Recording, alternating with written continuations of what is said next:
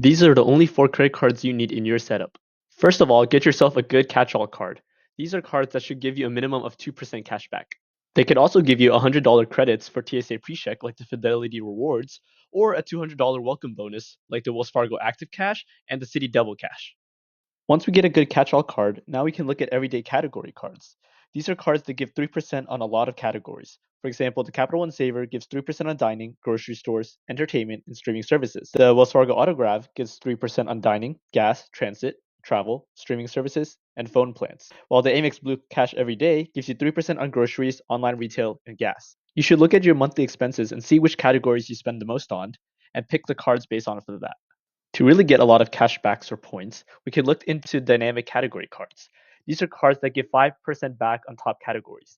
For example, the Discover It and Chase Freedom Flex gives 5% on rotating quarterly categories, while the Citi Custom Cash gives you 5% on the top category you spend each month. Finally, get yourself a good travel card.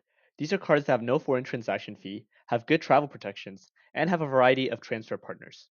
These are cards like the Capital One Venture X, which has a $395 annual fee, but has a $300 travel credit when booked in the Capital One travel portal, and has a 10,000 mile every account anniversary.